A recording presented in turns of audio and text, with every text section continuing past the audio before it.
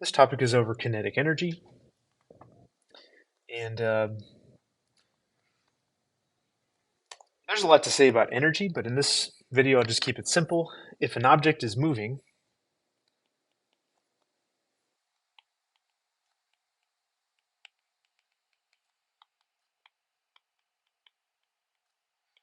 it has kinetic energy. We'll talk more in a few days about what energy really is. It's a bit abstract, but let's just take it like that. If an object's moving, it has kinetic energy. So if an object is not moving at the speed of zero, then it has zero kinetic energy. Um, and the last thing I'll say about that is that kinetic energy is never negative. So it's always positive or zero. So today we're just really getting used to calculating kinetic energy, which is this equation. It's the mass of the object times the speed of the object squared over 2 gives you the kinetic energy. And so we'll just jump right into an example. A 1,620 kilogram car is moving with a speed of 14 meters per second. What is the car's kinetic energy? So we'll start by writing our equation. By the way, this is capital K, trying to exaggerate it, not a lowercase k. The mass is 1620. The speed is 14, which we'll square, and we'll put it over 2.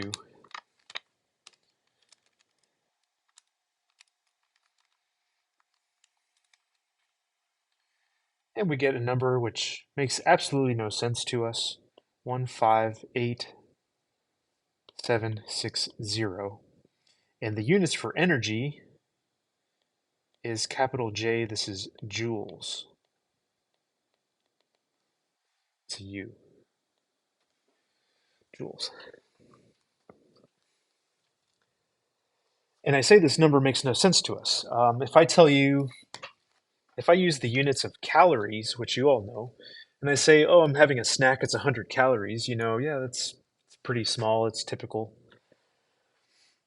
If I say, oh, I just had a meal, I ate 3,000 calories, then you know how much energy that is. Um, you would think, oh, that's a lot. Okay. Um, but with the units of joules, we really have no concept. And again, this is not chemical potential energy, which is food. This is kinetic energy. It's the energy of an object in motion. So again, we just don't have a really good sense of this number. Sometimes it's really big, like this looks like a big number. Sometimes it's really small, and in fact, sometimes zero. So just have no kind of sense of that, and we'll just have to deal with it that way.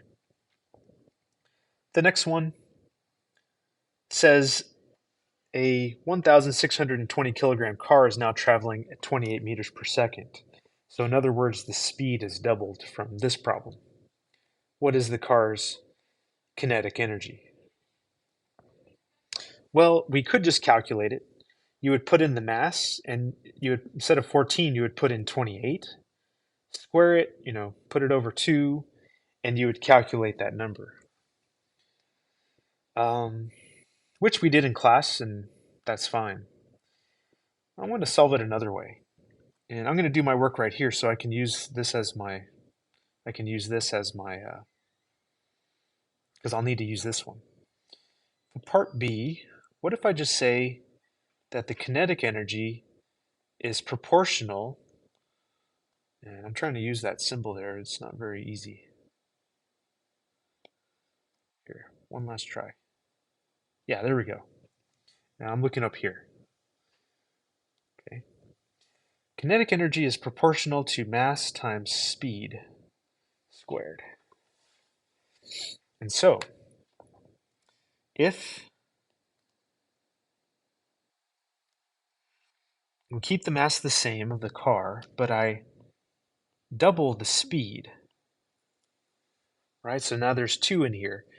Well, we have to take into account that the kinetic energy is proportional to the speed squared. So 2 squared is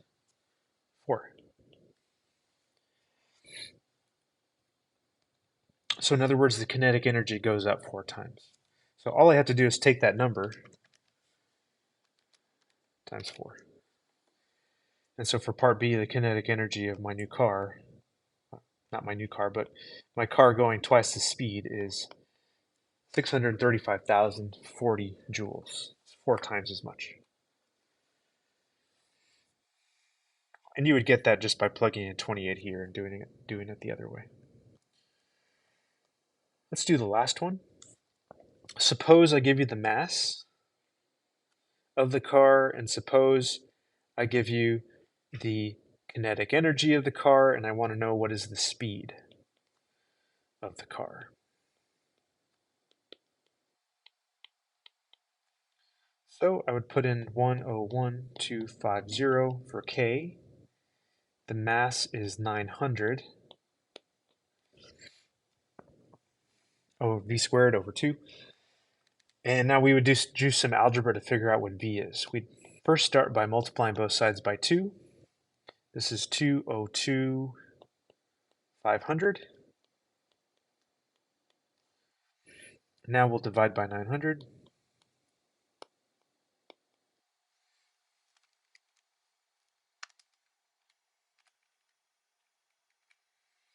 Which is 225. And then we'll square root, which is, I believe it's 15. Yeah. Cool, that's it.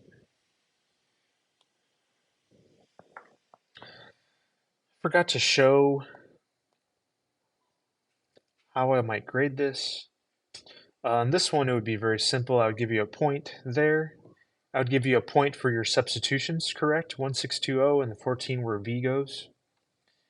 Give you a point for the answer and a point for the units. And so that wouldn't be worth very much. That would be 4 points for a question like that.